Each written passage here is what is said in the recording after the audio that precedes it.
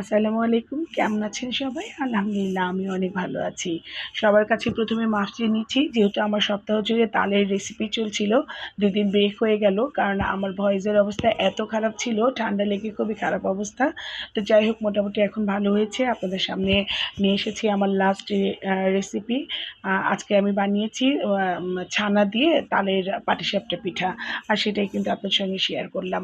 তো ১ম এ আমি কড়াইতে ১ কাপ নারিকেল কোড়া নিয়েছি আর হাফ কাপ চিনি দিয়ে একটু ভালো করে নারিকেলটা একটু ভেজে নিয়েছি এবং কালারটা চেঞ্জ হয়ে গেছে। আর ওই সময় আমি ১ কাপ ছানা দিয়ে দিয়েছি। ছানাটা একটু হাতে ম্যাশ করে নিয়েছি। নিয়ে ২ মিনিট নাড়াচাড়া করে ব্যাস নামিয়ে ফেলেছি।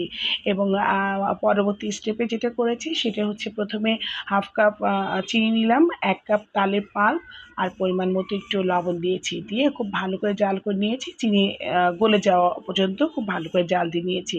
এই যে একদম পাতলা একটা ব্যাটার হয়ে গিয়েছে।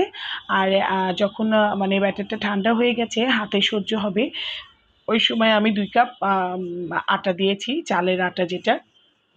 এটা কিন্তু ঢেঁকি কোটা আটা, হ্যাঁ? অনেকে চাইলে ব্লেন্ডারে গুঁড়ো করেও নিতে পারেন। আর এটা দিলে না মানে পাটিসাপটা পিঠাটা খুব সফট হয়, খেতে খুব মজা লাগে। তো যাই হোক, আমি খুব পাতলা টাইপেরই একটা ব্যাটার করে নিয়েছি।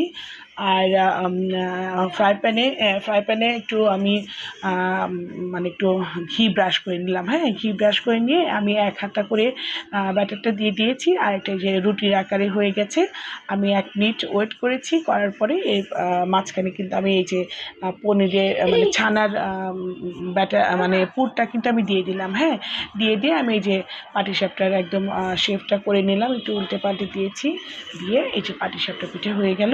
তো যাই হোক, আমার এই রেসিপিটা যদি আপনাদের ভালো লেগে থাকে অবশ্যই লাইক, কমেন্ট, শেয়ার করবেন।